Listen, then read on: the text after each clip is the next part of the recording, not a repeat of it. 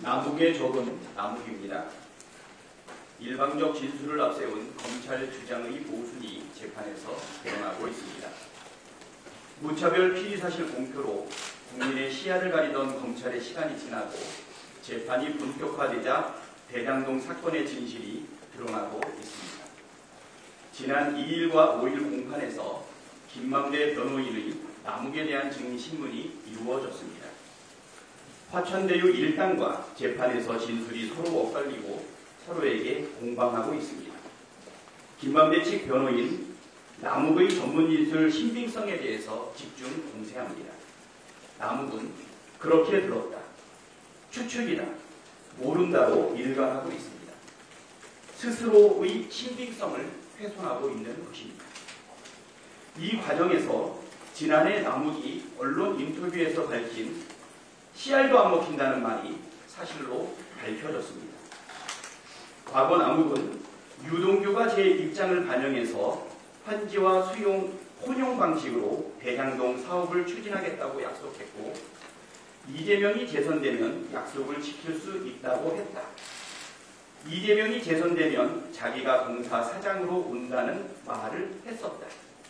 그래서 혼용으로 추진하기 위해 저희가 선거운동도 엄청 열심히 했다고 진술한 바 있습니다.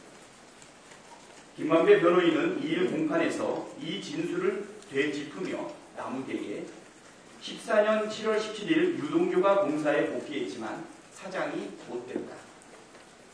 대장동 주민들 간의 협상단 운영, 혼용 방식 추진 등 유동규가 약속했던 게 하나도 이루어지지 않았다.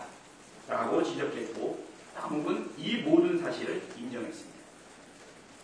혼용 방식 변경, 차기 사장 선임, 구역지역 변경, 유동규의 약속이 전형적인 허풍이었음이 드러났고 대장동 사업에 이재명 측 지분이 있다는 남욱의 주장을 남욱의 증언으로 반박할 수 있게 된 것이었습니다.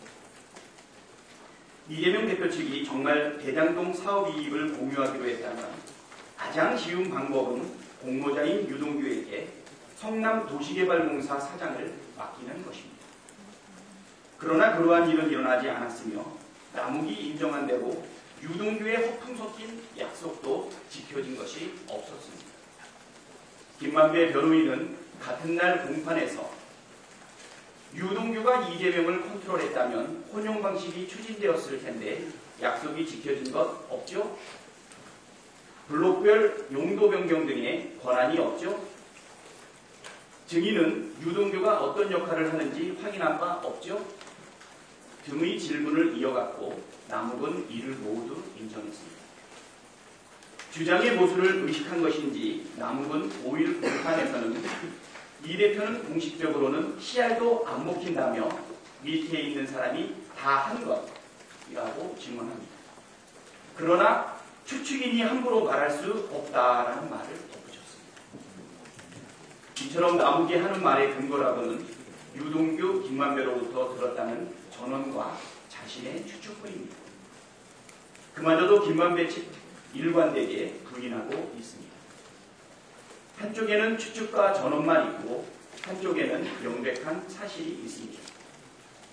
이재명 대표가 대장동 일당과 공모하여 수익을 착복할 목적이었다면 왜 힘들게 민간 100% 개발을 막았을까요?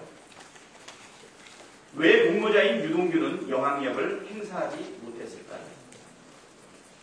무엇보다도 이익을 공유하는 사이라면 왜 이재명 대표가 화천대유 일당에게 추가적으로 이익을 부담하도록 했겠습니까?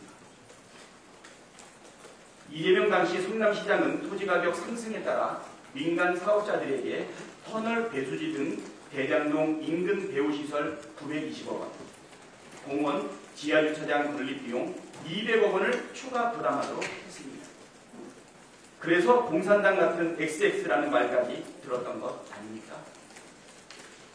남욱과 유동규를 앞세운 검찰은 이런 질문에 전혀 답을 내놓지 못하고 있습니다. 결국 재판이 진행됨에 따라 신빙성 없는 진술이 잇따라 탄핵당하게 될 것입니다. 일반적 진술을 근거로 한 짜맞추기 수사로 국민의 귀와 눈을 가리고 표적 수사로 없는 죄를 만들어내려 했던 검찰은 이에 따른 합당한 책임을 져야 할 것입니다.